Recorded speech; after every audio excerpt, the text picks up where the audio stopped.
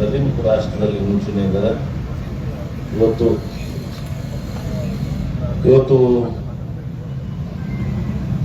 ಈ ಮೂರು ಸ್ಥಳದಲ್ಲಿ ವಿಶೇಷವಾಗಿ ಈ ಮೂರು ಸ್ಥಳದಲ್ಲಿ ವಿಶೇಷವಾಗಿ ಎಲ್ಲ ರೈತರು ತಾವು ಹೋರಾಟವನ್ನು ದಿವಸ ಕಬ್ಬಿನ ಬೆಲೆ ಸುಮಾರು 3,550 ರೂಪಾಯಿಗಳನ್ನ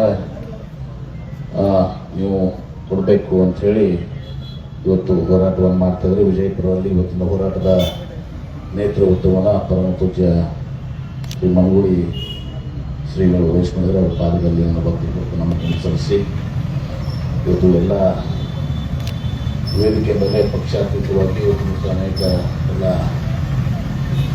ರಾಜಕೀಯ ಪಕ್ಷದ ಮುಖಂಡರು ಎಲ್ಲರೂ ಕೂಡ ಸೇರಿದರು.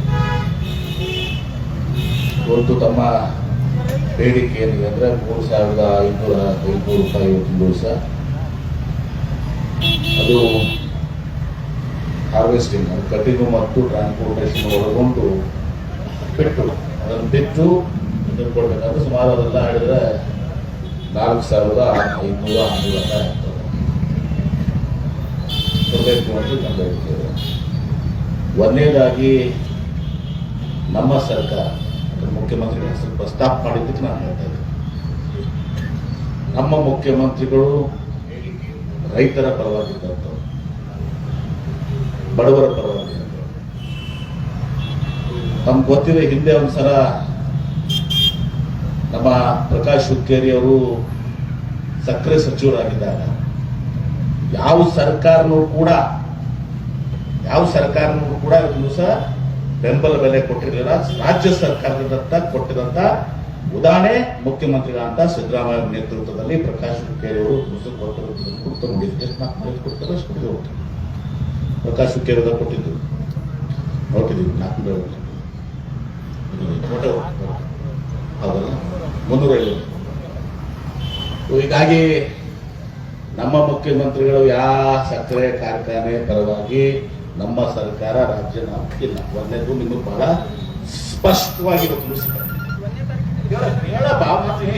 ನಾನು ಮಾತಾಡಕ್ಕೆ ಕೊಡಲ್ಲ. ಈಗ ನೀವು ಹೇಳಿದ್ರೆ ನೀನು ಪ್ರಸ್ತಾಪ ಮಾಡಿದ್ರೆ ಹೇಳ್ಬೇಕಾಗ್ತದೆ, ಆರ್ಗ್ಯುಮೆಂಟ್ ಮಾಡ್ದಲ್ಲ. ಈಗ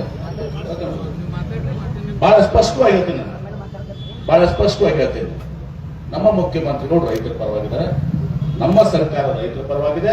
ನಮ್ಮ ಸರ್ಕಾರ ಇವತ್ತು ಸಹ ನಮ್ಮ ಮುಖ್ಯಮಂತ್ರಿಗಳು ನಮ್ಮ ಸರ್ಕಾರ ಕಬ್ಬು ಬೆಳೆಗಾರ ಪರವಾಗಿದ್ದೀವಿ ಅನ್ನೋ ಮಾತನ್ನ ಬಹಳ ಸ್ಪಷ್ಟವಾಗಿ ತಿಳಿಸ್ತಾರೆ. ಬಹಳ ಸ್ಪಷ್ಟವಾಗಿ ಹೇಳ್ತೀನಿ. ಇವತ್ತು ನಾವು ಸಕ್ಕರೆ ಸಚಿವರು ಕೂಡ ನಮ್ಮ ಜಿಲ್ಲೆಯವರಿದ್ದಾರೆ. ಶಿವಾನಂದ ಪಾಟೀಲ್ ಕೂಡ ನಮಗೆ ಸುಧಾರುವ ನಮಗೆ ಸಕ್ಕರೆ ಸಚಿವರು ಕೂಡ ನಮ್ಮವರೇ ಇದ್ದಾರೆ, ನಮ್ಮ ಜಿಲ್ಲೆಯವರಿದ್ದಾರೆ. ಹೀಗಾಗಿ ಇವತ್ತು ಮುಖ್ಯಮಂತ್ರಿಗಳಾಗ್ಲಿ ಸಕ್ಕರೆ ಸಚಿವರಾಗ್ಲಿ ನಾನಾಗ್ಲಿ ನಾವೆಲ್ಲರೂ ಕೂಡ ಮುಖ್ಯಮಂತ್ರಿಗಳ ಜೊತೆ ತಮ್ಮ ಏನು ಬೇಡಿಕೆಗಳನ್ನ ತಿಳಿಸಿಟ್ಟಿದ್ದೀರಿ ಆ ಎಲ್ಲ ಬೇಡಿಕೆಗಳನ್ನ ನಮ್ಮ ಮುಖ್ಯಮಂತ್ರಿಗಳ ಜೊತೆ ಚರ್ಚೆ ಮಾಡ್ತೀವಿ. ನಾನು ಉಳಿದಂತ ಜಿಲ್ಲೆ ತಿಮ್ಮಾಪುರ ಇರ್ತಾರೆ, ಸತೀಶ್ ಜಾರಕಿಹೊಳಿ ಇರ್ತಾರೆ, ಸಕ್ಕರೆ ಸಚಿವರು ಮುಖ್ಯವಾಗಿ ಅವರು ಇರ್ತಾರೆ.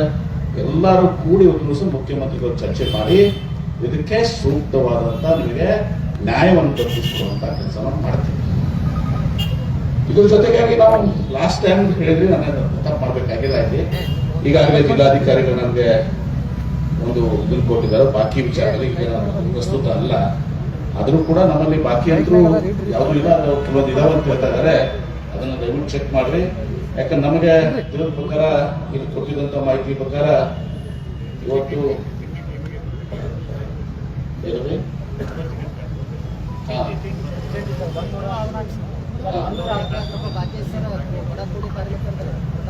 ರೈತರಿಗೆ ಅದನ್ನು ನೀವು ಡೀಲ್ ಮಾಡಿ.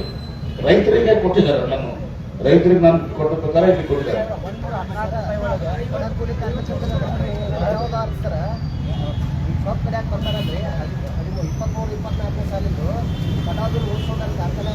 ಅದ್ರಾಗ 57 ರೂಪಾಯಿ ಹಾಕ್ಯಾರೆ, 114 ರೂಪಾಯಿ ಹಾಕಿದವರು ಅದನ್ನ ಕಾರ್ಖಾನೆ ನಮ್ಮ ಜಿಲ್ಲೆಯಲ್ಲಿ ಅವು ಉಳಿದವ್ರು ಹಾಕ್ಬೇಕಂದ್ರೆ ಅವ್ರಿಗೆ ಹಾಕಕ್ಕೆ ಬರ್ತಾ ಅದನ್ನ ನಾನು ಜಿಲ್ಲಾಧಿಕಾರಿಗಳು ವಿನಂತಿ ಮಾಡ್ತೀನಿ. ನಮ್ಮ ಹೇಳಿದ್ರೆ ಇವತ್ತಿನ ಲಿಸ್ಟ್ನಾಗ 3 ಮಂದಿ ಸಚಿವರು ಮಾತ್ರ ಅದಾರ. ಇವತ್ತು ಮುಖ್ಯಮಂತ್ರಿಗಳ ನೆಲೆಸಿದ್ರಾಗ ನಮ್ಮ ಸಚಿವ ಮಂತ್ರಿಗಳು ಶಿವಾನಂದ ಪಾಟೀಲ್ ಸಾಹೇಬ್ರ ಹೆಸರೇ ಇಲ್ಲ. ಅವರೇ ಎಲ್ಲ ಇವತ್ತು ಬೆಳಗಾವಿದಾಗ ನಾ ಜಿಲ್ಲಾ ಉಸ್ತುವಾರಿ ಸಚಿವ ನನಗೆ ಇಲ್ಲಿ ಬಾ ಅಂತ ಹೇಳಿದಾರ.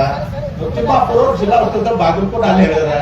ಬೆಳಗಾವ್ನಾಗ ಕೇಳಿದ್ರೆ ನನಗೂ ಕೇಳಿದ್ರೆ ಬೆಳಗಾವ್ ಹೋಗಿನೋ ಕೇಳಿದ್ರೆ ನನಗೂ ಕೇಳಪ್ಪ ಇದೆ ಸಕ್ಕರೆ ಖಾತೆದ ನೋಡಿ. ಹಾಗಲ್ಲ ರೀ, ಸಕ್ಕರೆ ಸಚಿವರು ಅವ್ರ ಅಧ್ಯಕ್ಷತೆದಾಗ ಎಲ್ಲ ಆಗುದು. ಈಗ ಮುಖ್ಯಮಂತ್ರಿಗಳ ಅಧ್ಯಕ್ಷತೆ ಅವ್ರ ಉಪಾಧ್ಯಕ್ಷರಲ್ಲಿ ನನಗೆ ಕೇಳ ಪ್ಲೀಸ್ ಆರ್ಗ್ಯುಮೆಂಟ್ ಮಾಡ್ಕೊಂಡು ಹೋದ್ರೆ ಆಗಲ್ಲಪ್ಪ. ಈಗ ನೋಡಿ, ಈಗ ನಾವು ಪ್ಲೀಸ್ ಒಂದ್ ವಿಷಯ ಸುಮ್ಮನೆ ಅಂತ ಹೇಳಿ ಇಲ್ಲ ಬನ್ನಿ ಮಾತಾಡ್ತಾರಲ್ಲ ಮಾಡಿದ್ದೀನಿ.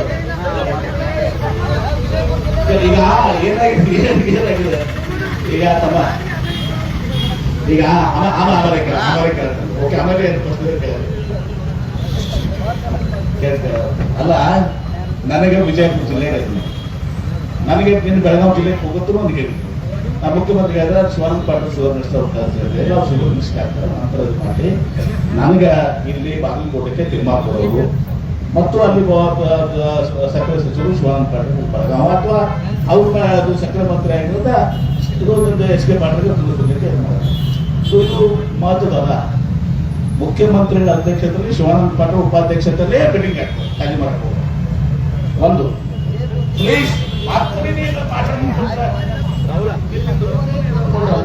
ಈಗ ನಾನು ಪ್ರಾಮಾಣಿಕವಾಗಿ ಹೇಳ್ತೀನಿ, ನಮ್ಮ ಮುಖ್ಯಮಂತ್ರಿಗಳು ನಮ್ಮ ಸರ್ಕಾರ ಈ ಕಪ್ಪು ಬೆಳೆಗಾರ ವಿಚಾರದಲ್ಲಿ ಅತ್ಯಂತ ಪ್ರಾಮಾಣಿಕತೆಯಿಂದ ಕೆಲಸ ಮಾಡ್ತೀವಿ. ಎಲ್ಲಕ್ಕೂ ಸಂಶಯ ಬೇಡ. Please please please please please. ಈಗ ಒಂದು ಬಹಳ ಸ್ಪಷ್ಟವಾಗಿ ಹೇಳ್ತೀನಿ, ಹಿಂದಿನ ಕೂಡ ಉದಾಹರಣೆ ಎಲ್ಲ ಮುಂದೆಲ್ಲ ಪ್ರಕಾಶ್ ಹುಕ್ಕೇರಿ ಮಾಡೋದು. ಈಗ ಮುಖ್ಯಮಂತ್ರಿಗಳ ಜೊತೆ ಮೀಟಿಂಗ್ ಮಾಡಿ ನಾವೇನೇನೋ ಬೇಡಿಕೆಗಳಿಟ್ಟಿದ್ರೆ ಎಲ್ಲವೂ ನಾವು ಹೇಳ್ತೀವಿ. ಅದೇನು ಕೂಡ ಮುಖ್ಯಮಂತ್ರಿಗಳಲ್ಲಿ ಮೀಟಿಂಗ್ ಅನ್ನ ಮಾಡ್ತೀವಿ. ಎಲ್ಲರಿಗೂ ಎಸ್ ಕೆ ಪಾಟೀಲ್ ತಿಮ್ಮಾಪುರ ನಾವು ಎಲ್ಲರೂ ಕೂಡ ಹೇಳ್ತೀವಿ. ನಿಮ್ಮ ಚರ್ಚೆ ಮಾಡ್ತೀವಿ. ಇದ್ರ ಜೊತೆಗೆ ನಾವು ರೋಡ್ ಬಗ್ಗೆ CSR ಯಾಕೆ ನಮ್ಮನ್ನು ಫಸ್ಟ್ ಹಂಗೆ ಆಗ್ಯದ. ಈ ಎಲ್ಲ ರೋಡ್ ನಾವು ಏನ್ ಮಾಡ್ತೀವಿ, ಬೀಳ್ಕೊಡಿಯಿಂದ ಮಾಡಿದ್ವಿ 20 ಟನ್ ಕೆಪಾಸಿಟಿ ಇರ್ತಾವೆ. ಈಗ ಡಬಲ್ ಟ್ರೇಲರ್ ಹೊಡೆದಾಗ 40 ಟನ್ ಹಾಕಿದ್ದೀವಿ. ಅವು ರೋಡ್ ಡಿಸೈನ್ ಆಗಿರುತ್ತೆ. ಅದಕ್ಕಾಗಿ ಅವ್ರು CSR ಅಂತ ಹೇಳ್ತಾರೆ. ಅದನ್ನು ಏನೋ ಅಮೌಂಟ್ ಐತೆ ಸರಿಯಾಗಿಲ್ಲ. ಒಂದು ಮತಕ್ಷೇತ್ರಕ್ಕೆ 25 ಲಕ್ಷ ಬರ್ತಾ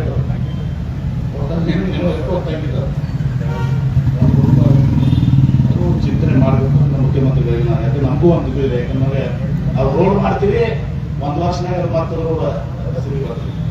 ನಾನು ಮುಂದೆ ನೀವು ಬೇಡಿಕೆ ಇಟ್ಟಿದ್ದೀವಿ. ಇನ್ನೊಂದು ವಿಚಾರ ಇವತ್ತು ಸಹ ಇಲ್ಲಿ ಕೇಂದ್ರ ಸರ್ಕಾರದ್ದು ಬಹಳ ದೊಡ್ಡ ಪಾತ್ರ.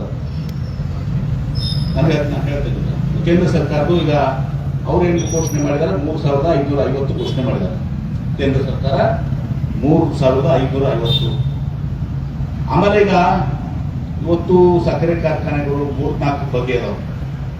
ಒಂದು ಸಕ್ಕರೆ ಕಾರ್ಖಾನೆಗಳು ನಯಾ ಸಕ್ಕರೆ ಕಾರ್ಖಾನೆ ಬಸವೇಶ್ವರ ಶಿವಕರ್ನಾಗ ಎಸ್ ಟಿ ಪಾರ್ಟಿ ನಾವೊಳಗೆ ಹೋದ್ವಿ. ನಮ್ಮದೇ ಈಗ ನಾವು ವಿಡ್ರಾ ಮಾಡ್ಕೊಂಡು ನಮ್ಮದೇ ಶೇರ್ ಕೊಟ್ಟಿದ್ದೀವಿ. ನಮ್ಗೆ ರೊಕ್ಕ ಹಾಕೋದು ಕೋರ್ಟ್ನಾಗ ನಮ್ಮ ಪರಿಸ್ಥಿತಿ. ಹೀಗಾಗಿ ನಂದು ಯಾವುದೂ ಸಕ್ಕರೆ ಕಾರ್ಖಾನೆ ನನಗೆ ಒಂದು ಮಾತು ಹೇಳ್ತೀನಿ. ಈಗ ಎರಡನೇದಾಗಿ ಗೌರ್ಮೆಂಟ್ ಆಫ್ ಇಂಡಿಯಾದಕ್ಕೂ ಬಹಳ ಪಾತ್ರ ಕೊಡ್ತದೆ. ಸಕ್ಕರೆ ಕಾರ್ಖಾನೆ ರಿಕವರಿ 10 11 12 ಈ ಪ್ರಕಾರ ಬರ್ತಾವೆ. ಈ ಮಂಡ್ಯದ 9 ನಮ್ಮಲ್ಲಿ 11 11 ಇದೆಲ್ಲ ಎವರೇಜ್ ಬರ್ತದೆ ಬೇರೆ ಬೇರೆ ಫ್ಯಾಕ್ಟ್ರಿ. ನಮ್ಮ ವಿಜಯಪುರ ಬೆಳಗಾವ ಮತ್ತು ಬಾಗಲಕೋಟೆ ಸುತ್ತ ನಮಗೆ ರಿಕವರಿ ಜಾಸ್ತಿ ಇರೋದ್ರಿಂದ ಸಕ್ಕರೆ ಕಾರ್ಖಾನೆಗಳು ನಮಗೆ ಬರ್ತವೆ. ಎರಡನೇದಾಗಿ ಕೆಲವೊಂದು ಕಾರ್ಖಾನೆಗಳು ಹರಿಯೋದವು ಸಾಲ ಹೋಗಿವೆ. ಕೆಲವು ಕಾರ್ಖಾನೆಗಳು ಕುಸಿದಾಗಿರ್ತಾವೆ, ಸಾಲ ಇರ್ತವೆ. ಎರಡನೇದಾಗಿ ಇವತ್ತು ಎಲ್ಲನೇ ಯಾಕೆ ನಾನು ಹೇಳ್ತೇನೆ, ಸ್ವಲ್ಪ ತಿಳ್ಕೊಂಡಿದ್ರೆ ಹೇಳ್ತಾ ಇದ್ದೀನಿ. ಕೆಲವೊಬ್ಬರಿಗೆ ಪವರ್ ಐತಿ, ಕೆಲವೊಬ್ಬರಿಗೆ ಪವರ್ ಇಲ್ಲ. ಬರೀ ಶುಗರ್ ಫ್ಯಾಕ್ಟ್ರಿ ಬರೇ ಕಬ್ಬಿನ ಶುಗರ್ ಕೇಳೋದ್ರಿಂದ ಅವ್ರ ವಯಬಿಲಿಟಿ ಐತಿ ನನಗೆ ಗೊತ್ತಿಲ್ಲ. ಕೆಲವೊಬ್ರಿಗೆ ಪವರ್ ಅದ, ಇನ್ನು ಕೆಲವೊಬ್ಬರಿಗೆ ಈಗ ಡಿಸ್ಟಿಲರಿ ಎಥನಾಲ್ ಅದ. ಈಗೆಲ್ಲರೂ ಕೂಡ ಇದರಿಂದ ಈ ಎಲ್ಲರೂ ಕೂಡ ಮುಖ್ಯಮಂತ್ರಿಗಳಿಗೆ ನಾವು ನಮ್ಮೇ ಪರವಾಗಿ ಹೇಳ್ತೀವಿ. ಎಲ್ಲಿ ಎಥನಾಲ್ ಇದೆ, ಪವರ್ ಇದೆ. ಪವರ್ ಒಂದು ಸಂದರ್ಭನಾಗ ರೇಟ್ ಚೆನ್ನಾಗಿರ್ತದೆ, ರೇಟ್ ಭಾಳ ಕಡಿಮೆ ಇದೆ.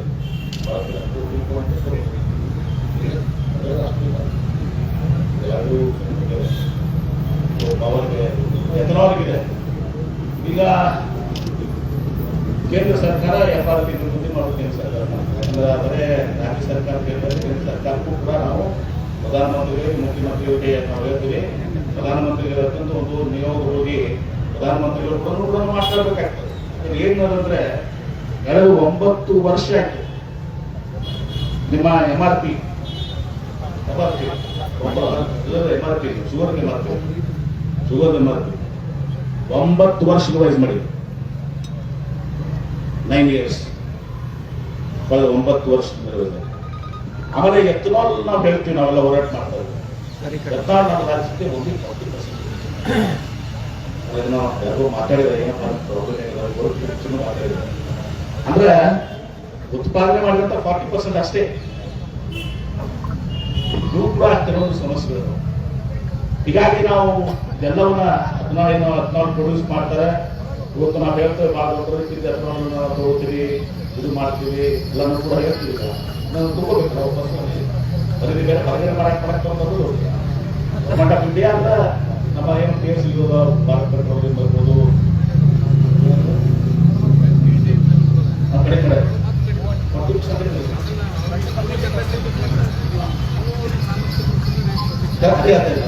ಕೇಳಿದೆ, ನಾನು ಮಾತಾಡಿದೆ, ನಾನು ಯಾರೋ ಶುಗರ್ ಇಂಡಸ್ಟ್ರಿ ಮಾತಾಡಿದೆ. ಎಥನಾಲ್ ಐತಿ 100 ಇಲ್ಲ ಅಂತನಾಲ್ ಈ 40% ಮೊದಲೇ ನಿಗದಿ ಮಾಡಿದ್ದಾರೆ 20% ಅದು ರೇಟ್ ಮೇಲೆ ಪರಿಣಾಮ ಆಗ್ತದೆ. ಈಗ ಹೀಗಾಗಿ ಕೇಂದ್ರ ಸರ್ಕಾರದ ಪಾತ್ರ ಇದೆ. ಬರೀ ರಾಜ್ಯ ಸರ್ಕಾರ ಮ್ಯಾಗ ಹೇಳುವುದ್ರೆ ಆಗಂಗಿಲ್ಲ. ರಾಜ್ಯ ಸರ್ಕಾರ ಏನ್ ಮಾಡ್ಬೇಕು ನಾವು ಮಾಡ್ತೀವಿ.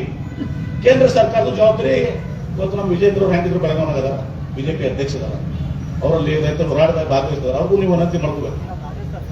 ಅವ್ರು ಹೇಳ್ಬೇಕು ಏನಂದ್ರ ನೀವು ಪ್ರಧಾನಮಂತ್ರಿ ಕಡೆ ನೀವು ಕೊಡಿಸಿ ಇವತ್ತು MRP ಏನು 9 ವರ್ಷ, ಯಾಕಂದ್ರೆ ಇವೆಲ್ಲರೂ ಕೂಡ ಏನಾಗ್ತದೆ